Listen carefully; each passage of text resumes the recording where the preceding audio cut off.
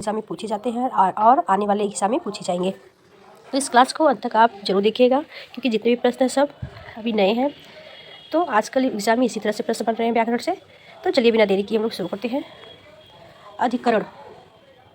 अधिकरण तत्पुरुष में कौन सा समास है? ए पहला पद प्रधान होता है, दूसरा पद प्रधान होता है, या सी दोनों पद प्रधान होते हैं, या डी प्रथम व तृतीय पद प्रधान होते हैं। तो इसका सही आंसर क्या है?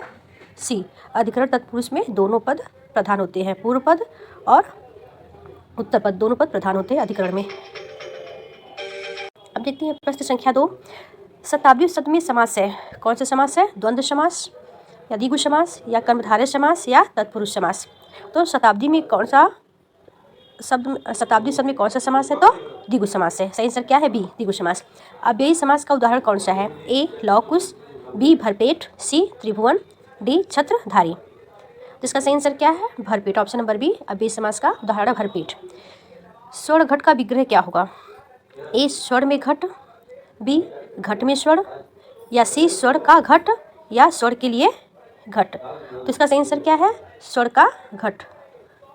स्वर्ण घट का विग्रह होगा स्वर्ण का घट। चलिए आगे बढ़ते हैं। अब देखते हैं प्रश्न संख्या 5। प्रश्न संख्या 5 में क्या पूछा है? निम्नलिखित में से किस शब्द में समास और संधि दोनों है?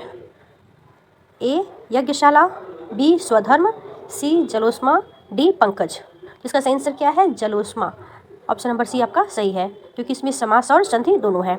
सपरिवार में कौन सा समास है? ए तत्पुरुष, बी द्विगु, सी अव्ययी समास, डी बहुव्रीहि। सपरिवार में कौन सा समास है? तो अव्ययी समास है। ऑप्शन नंबर बी आपका सही है। रेलगाड़ी शब्द का सही समास विग्रह कौन सा है? रेल और गाड़ी, बी पटरी पर चलने वाली गाड़ी, सी रेल से चलने वाली गाड़ी, या डी रेल पर चलने वाली गाड़ी। तो इसका सही आंसर क्या है? डी रेल पर चलने वाली गाड़ी। रेलगाड़ी शब्द का सही विग्रह है रेल पर चलने वाली गाड़ी। आगे बढ़ते हैं। चलिए देखते हैं प्रश्न संख्या 8। शाखा मृग। शाखा मृग शब्द में समास क्या है? ए कर्मधारय समास, या बी तत्पुरुष समास, या सी बहुव्रीहि समास, या डी द्वंद्व समास। तो शाखा मृग किसका उदाहरण है? बी बहुव्रीहि समास है। अच्छा, शाखा मृग पर किसका पर्यायवाची है? तो बंदर का। प्रश्न संख्या 9। किस समास के समस्त पद का प्रयोग क्रिया विशेषण के रूप में होता है? प्रश्न संख्या 9। किस समास के समस्त पद का प्रयोग क्रिया विशेषण के रूप में होता है? ए तत्पुरुष, बी द्विगु, सी अव्ययी समास, डी द्वंद्व समास। किस में होता है? इसका सही आंसर क्या है? ऑप्शन नंबर सी अव्ययी समास में। प्रश्न संख्या 10। त्रिभुज किस समास का उदाहरण है? ए तत्पुरुष, बी अव्ययी समास, सी द्वंद्व समास, डी द्विगु समास। आंसर ऑप्शन नंबर डी द्विगु समास। त्रिभुज किस समास का उदाहरण है? तो द्विगु। आगे बढ़ते हैं हम लोग। प्रश्न संख्या 11 देखते हैं।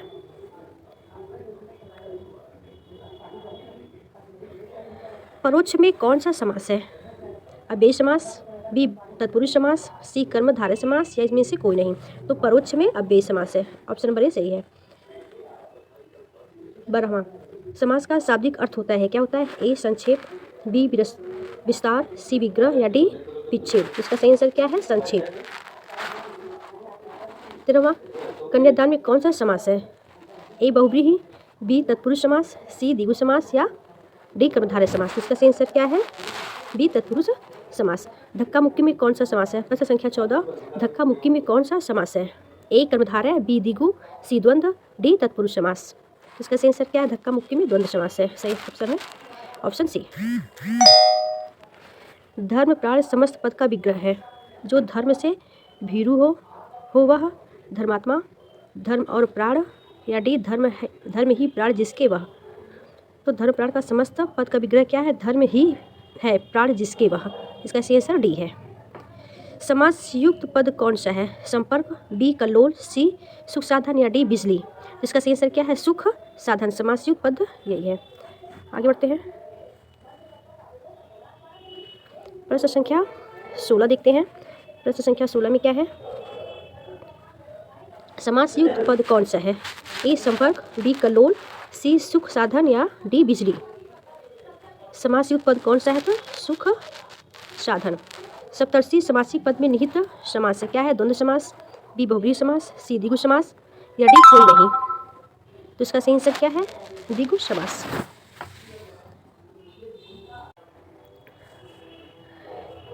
यथाशक्ति समस्त पद का विग्रह होगा, ए शक्ति भर, बी शक्ति से बढ़ चढ़ कर, या सी शक्ति से बाहर, या डी शक्ति से भीत। तो इसका सही क्या है? यथाशक्ति समस्त पद का होगा, क्या होगा? शक्ति भर, ऑप्शन नंबर 1। किस समस्त पद में तत्पुरुष समास नहीं है? राजपुरुष, A B Ram Lakshman, C Kalidas, D कर्मवीर। इसका सही आंसर क्या है? राम लक्ष्मण। ये तत्पुरुष समास का उदाहरण नहीं है। चलिए आगे बढ़ते हैं। प्रश्न संख्या 20 देखते हैं।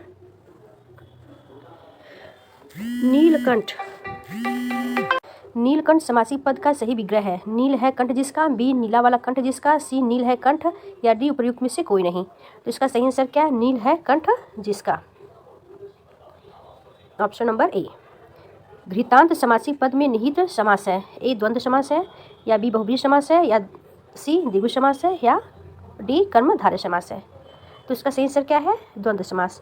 घृतांत समासिक पद में निहित समास क्या है? द्वंद्व समास। दयार्द्र समासिक पद का सही विग्रह क्या है? दया के लिए आर्द्र, या बी दया से आर्द्र, या सी उपर्युक्त दोनों, या उपर्युक्त में से कोई नहीं। तो इसका सही आंसर क्या है? दया से आर्द्र। आज के लिए इतना ही। अगर मेरी वीडियो अच्छी लगे तो लाइक और सब्सक्राइब जरूर करिएगा, और ऐसे प्रश्न देखने के लिए मेरे चैनल को सब्सक्राइब जरूर करिएगा। तब तक के लिए नमस्कार।